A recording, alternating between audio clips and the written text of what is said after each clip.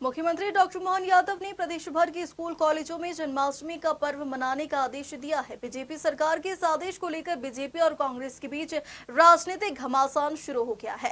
कांग्रेस ने सरकार के इस फैसले का विरोध करते हुए कहा कि शिक्षण संस्थान पढ़ाई का केंद्र है, इसे केवल शिक्षा के लिए ही रहने देना चाहिए। वहीं शुजालपुर में बीजेपी के पितृ पुरुष कुशाभाऊ ठाकरे के जयंती कार्यक्रम में शामिल हुई कैबिनेट मंत्री इंदर सिंह परमार ने विपक्ष कांग्रेस पर जमकर निशाना साधा है।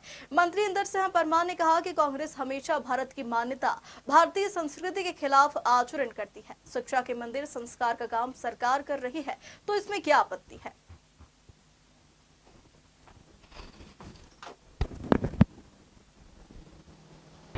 मध्य प्रदेश में भारतीय जनता पार्टी की सरकार, जिसके मुखिया श्रीमान मोहन यादव जी ने अपने जो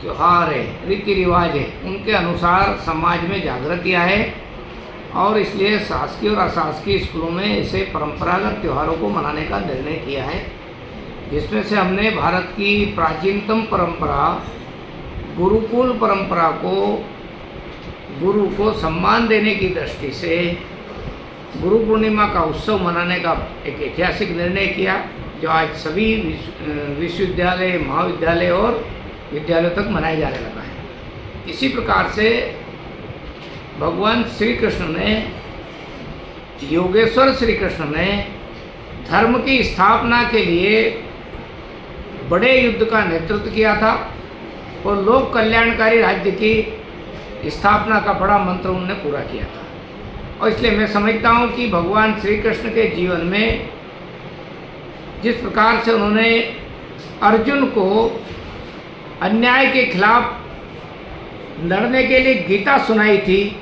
वो गीता केवल भारत की नहीं तो विश्व के आज के समाज का भी मार्गदर्शन करती है, उनको भी दिशा देने का काम कर सकती है। और इसलिए हमारे प्रदेश के मुख्यमंत्री श्रीमान मोहन यादव जी ने जो निर्णय किया है वो ऐतिहासिक निर्णय है। जहाँ तक रहा कांग्रेस और अन्य विपक्षी दलों का, कांग्रेस हमेशा भारत की मान्यता, भारत के दर्शन और भारतीय संस्कृति के खिलाफ हमेशा आचरण और व्यवहार करती आ रही है।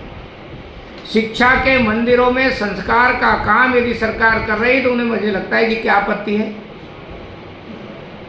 श्री कृष्ण का जीवन संस्कार देने के लिए हमको प्रेरित कर सकता है, प्रेरणा दे सकता है और एक आधुनिक शिक्षा के साथ साथ भारतीय ज्ञान परंपरा को हम जो सम्मिलित करने जा रहे हैं उसमें भी भगवान श्री कृष्ण का जीवन दर्शन हमें महत्वपूर्ण भूमिका निभाता है। इसलिए मैं कांग्रेस के लोगों से कहना चाहता हूं कि कृपा करके आप राम के पहले विरोध में रहे, अब कृष्ण के विरोध में आए हैं। विशुद्ध रूप से हिंदू जीवन पद्धति के खिलाफ कांग्रेस के नेताओं का पूरा आचरण रहा है।